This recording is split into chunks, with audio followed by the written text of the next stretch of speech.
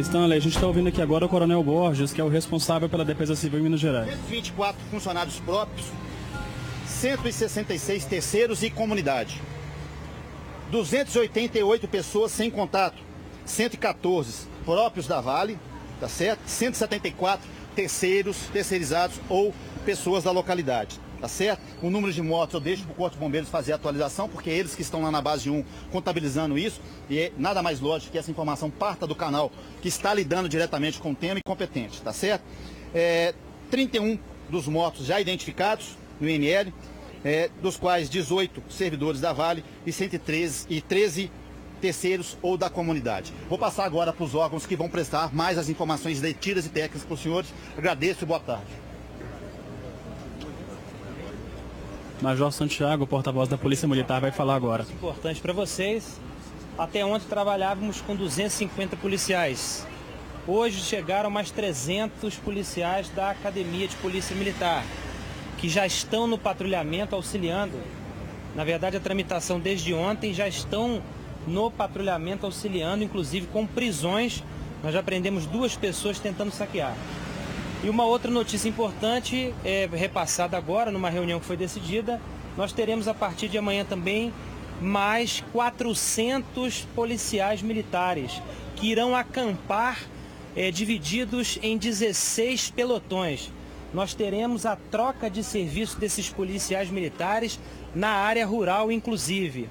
Qual que é a missão? Então nós contabilizaremos quase 1000 policiais em Brumadinho, lembrando a todos que a zona rural ela é muito extensa, ela tem uma geografia inclusive prejudicada pela própria catástrofe. Então o que nós faremos com esses 16 pelotões que ficarão acampados, cada pelotão com 25 policiais, e fazendo atividades de varredura, inclusive para que as famílias tenham a tranquilidade de um serviço que já vinha sendo feito, ampliando esse serviço, busca, abordagem a edificações e a manutenção da ordem também, para que as pessoas não acessem ao que nós chamamos de área quente. Então nós teremos a partir de amanhã, hoje já temos nós temos um efetivo já majorado de 250 mais 300 policiais, ou seja, 550 policiais, e a partir da manhã quase 1000 na totalidade, fazendo com que nós tenhamos, inclusive, a troca de serviço nos locais na área rural. Mas esses policiais, eles estão vindo de onde? De outras regiões, dessas regiões, não estão ficando de água? Não, porque vem da academia. Nós segmentamos o melhor. Houve a decisão do comandante-geral de interromper momentaneamente as atividades da academia de polícia. Desses policiais, 300 já estão atuando no terreno e mais 400 atuarão amanhã em contato com militares que detêm uma grande expertise em patrulhamento rural. Assim como o Corpo de Bombeiros tem a atuação específica nessa área quente, na área rural, o policiamento em área rural é próprio da Polícia Militar, e nós colocaremos esses homens juntamente com os militares da Academia de Polícia com troca de serviço nos locais a partir de amanhã. Major, há relatos de pessoas presas por furtar as casas? As pessoas fugiram no local, a casa onde eles estavam tentando saquear perto da barragem? O grupo que fazia o patrulhamento no local ontem identificou moradores. Isso é um serviço muito cauteloso, porque imaginem vocês que a Polícia Militar aborda muitas das vezes moradores que já sofreram com o desastre aqui. Então é muito importante que nós tenhamos agora muita cautela na lida com isso. Mas conseguimos fazer a abordagem numa edificação, identificamos que não eram moradores, 2 foram presos, um casal, 2 fugiram no momento em que a patrulha canalizou o foco nesses 2, e com eles 3 motocicletas foram apreendidas, uma inclusive com queixa-furto na cidade de São Joaquim de Bicas. Acreditamos que inclusive com esse aumento do efetivo tenhamos um controle muito mais extenso em relação à proteção da nossa sociedade aqui de Brumadinho. Major, a gente está ao vivo no Alterosa Alerta. Há relatos de moradores que já chegaram a contar para a polícia que tiveram as casas invadidas? Não temos relatos oficiais, repito, não temos relatos oficiais de qualquer tipo de saque, mas colocamos inclusive uma base de segurança comunitária próxima à rodoviária, para que a comunidade possa fazer qualquer registro, denúncia O mais importante agora que a Polícia Militar faz com esse grande efetivo é trazer o acolhimento e a proteção extremamente importante a essa sociedade. Vou passar para a Polícia Civil relatar.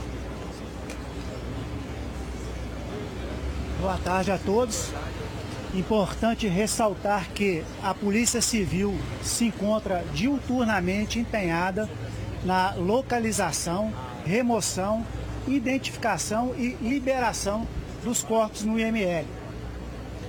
Importante ressaltar e divulgar amplamente que foi instalado no IML um cartório para facilitar o registro dos óbitos dos corpos que estão sendo liberados, fruto de ligação entre a Polícia Civil e o Tribunal de Justiça de Minas Gerais.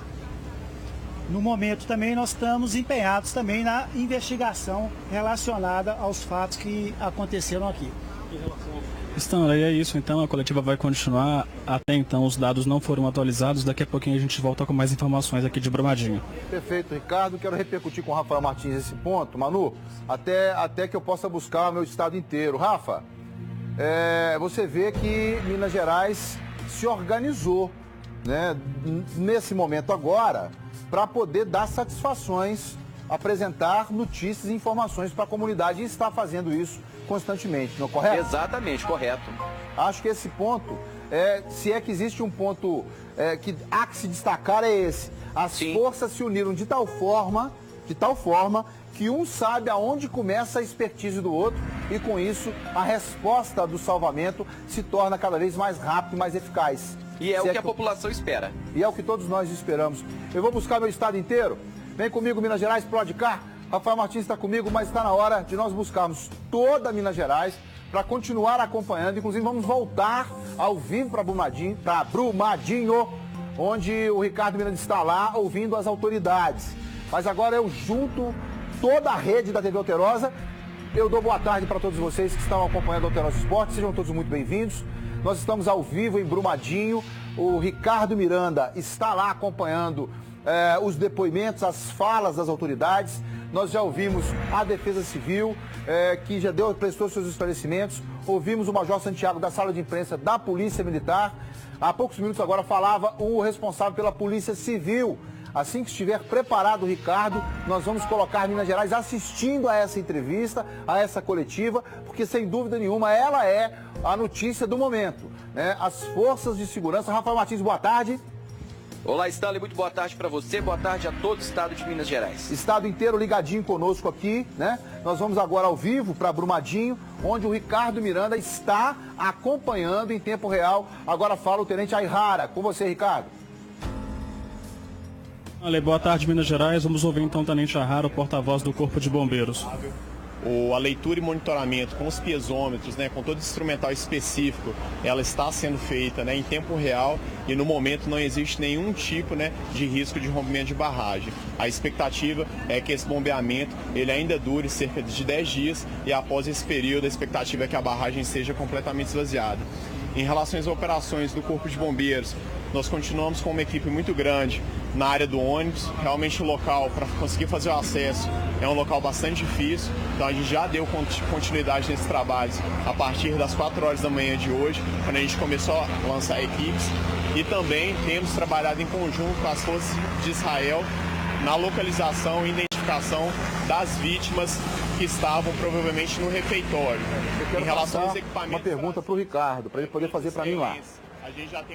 Ricardo, você me ouve? Assim que você tiver a oportunidade, eu queria que você perguntasse ao tenente qual é o procedimento que está sendo usado nos animais que se encontram em locais onde são impossível ou onde é impossível ser retirados. Que informações estão chegando para nós aqui de que animais estão sendo abatidos, e isso tem gerado uma repercussão muito grande. Eu concordo com esse procedimento, mas eu queria saber, Ricardo, assim que você puder perguntar a ele, se esse episódio está acontecendo e se é padrão de acontecer, mas no seu tempo aí, não atrapalha a fala dele não. A diferença entre a situação de quando o material é um material de concreto ou quando é um material de lama. Isso ajuda a identificar vestígios de edificação e, consequentemente, a gente consegue, né, precisar melhor a área onde a gente vai fazer as nossas buscas. Além disso, a gente também a gente também está utilizando um recurso deles, que são espécies de drones ligados a satélites, e isso auxilia muito no mapeamento, né, dessa área atingida. E como que esse mapeamento ocorre?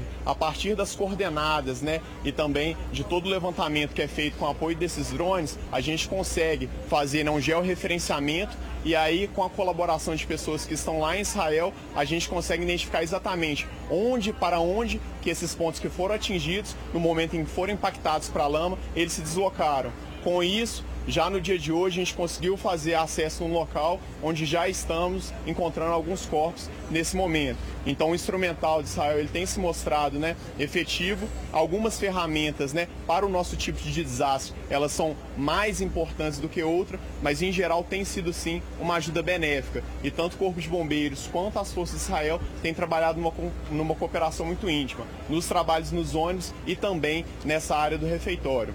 Um problema que aconteceu no dia de hoje, conforme que a gente já tinha relatado anteriormente sobre a questão da proibição do uso de drones e do perigo que eles oferecem, né, para operações de resgate. Hoje um drone caiu na área de busca, um drone que não estava autorizado a sobrevoar perto de um local onde existia uma equipe de resgate. Provavelmente, se esse drone tivesse caído, né, num local onde a gente tivesse um militar fazendo um resgate, o militar ele teria sofrido uma lesão muito séria. Então nós reiteramos aquilo que já foi dito, que o espaço aéreo dentro da área quente está proibido para drones. Ontem conseguimos instalar um radar de drones no local e aí a gente consegue identificar onde os drones estão localizados, e com o apoio da Polícia Federal, com apoio aéreo, nós iremos até os locais onde essas pessoas estão emitindo o sinal de drone para que elas sejam devidamente responsabilizadas. O drone de hoje, né, que caiu na área de busca, ele foi recuperado pelo Corpo de Bombeiros e o responsável ele já foi identificado e será devidamente sancionado com o apoio da Força Aérea Brasileira, responsável pelo controle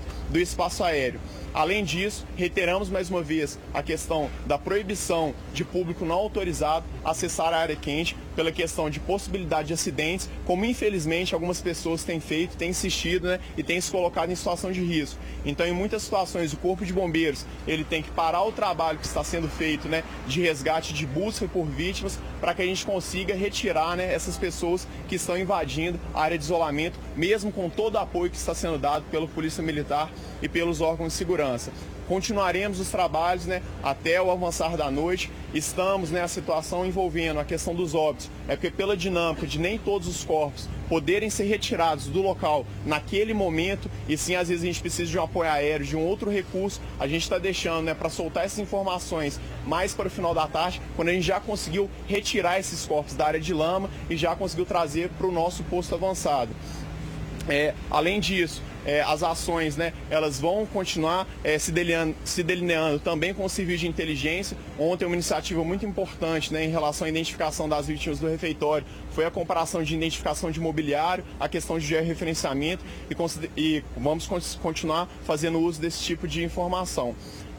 Por último, é importante a gente destacar, né, que o Corpo de Bombeiros ele continua com um efetivo muito grande deslocado para a área. São mais de 300 pessoas, né, cerca de 220 militares somente de Minas Gerais, né, e além de cerca de outros 80 militares de outros corpos de bombeiros. Somado a isso, temos 136 militares do país de Israel.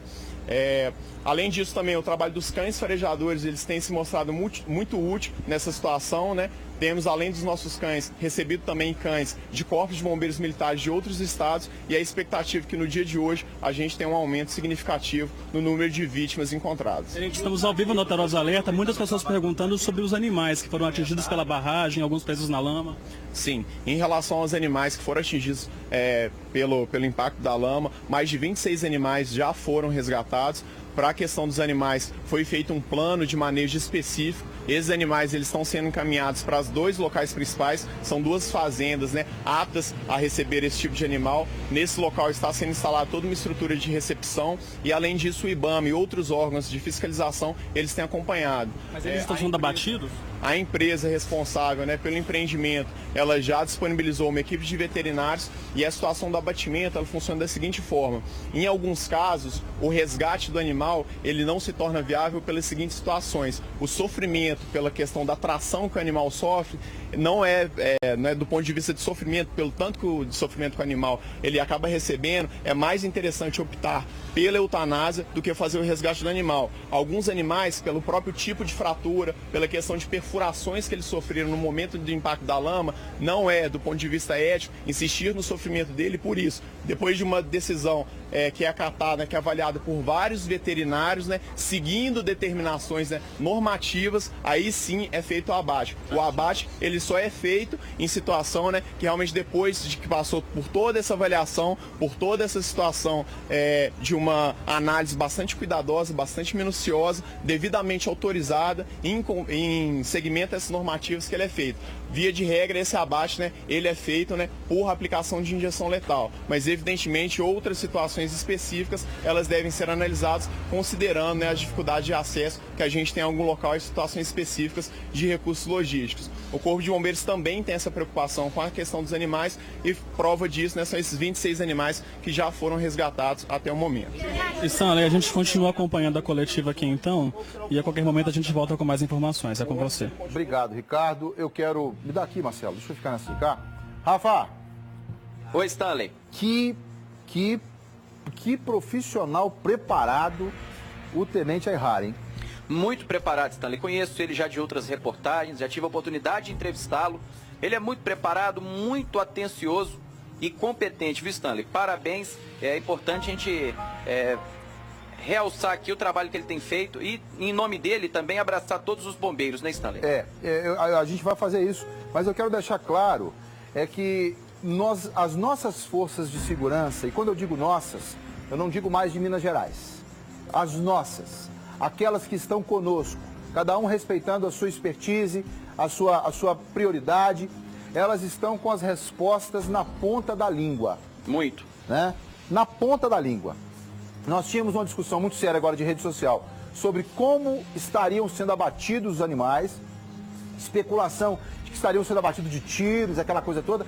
Ele traz de que é aplicado a injeção letal e não está descartado nenhuma outra forma somente depois de uma avaliação minuciosa do médico veterinário que atesta que realmente aquele animal, se continuar ali naquela circunstância, ele vai acabar morrendo depois de muito sofrimento. Então está previsto sim na legislação abater a eutanásia do animal, está prevista em lei sim, e eu conheço esse dispositivo. Eu só quero parabenizar as forças de segurança pelo trabalho que estão fazendo até agora, né, Rafael? Exatamente, viu? Muito bem falado, viu, Stanley? Muito bem lembrado aí. Nós precisamos valorizar realmente as forças de segurança que têm sido a verdadeira protagonista, a verdade é essa, nesse momento tão sofrido, em Minas Gerais. Nós vamos lá, vamos tratar mais desse assunto, mas antes